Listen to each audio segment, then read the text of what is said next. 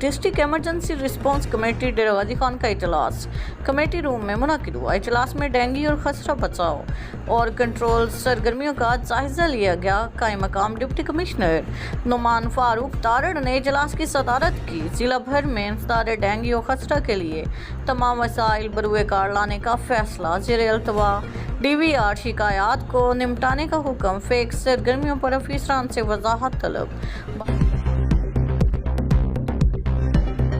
وزیر اعلیٰ پنجاب مریم نواز شریف کی ہدایت پر DG خان ڈویژن میں عید الاضحیٰ کے دوران مثالی صفائی کرنے والے سینیٹری ورکرز کو کمشنرز آفس میں مدعو کیا گیا۔ کمشنر ڈاکٹر ناصر محمود بشیر نے ورکرز کی خدمات کو خراج تحسین پیش کیا۔ ڈپٹی کمشنرز اور متعلقہ افسران شریک تھے۔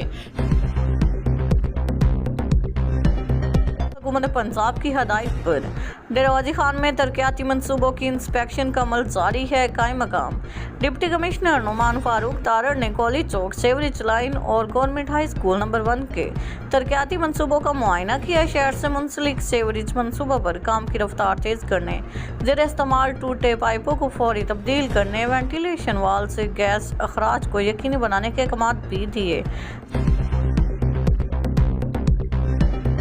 وزیر اعلیٰ پنجاب مریم نواز شریف کی ہدایت پر عید ایام میں بہترین کارکردگی کا مظاہرہ کرنے والے افسران کی حوصلہ افزائی کا سلسلہ جاری ہے۔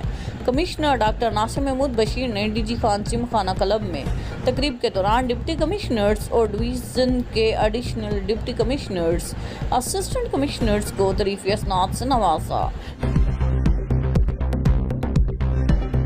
Commissioner Dera Ghazi Khan division doctor ناصر محمود بشیر نے کہا ہے کہ عید الاضحیٰ کے موقع پر ٹیم ورک کا عملی مظاہرہ دیکھنے کو ملا۔ عوام کو صاف ستھرا ماحول دینے کے لیے افسران اور ورکرز نے جھلسات دینے والی گرمی میں جان لڑا دی، جس پر عوام کی طرف سے بھی پذیرائی ملی۔ کمشنر ڈاکٹر ناصر محمود بشیر نے وزیر اعلیٰ پنجاب مریم نواز شریف کی طرف سے مبارکباد اور شاباش کا پیغام بھی پہنچایا۔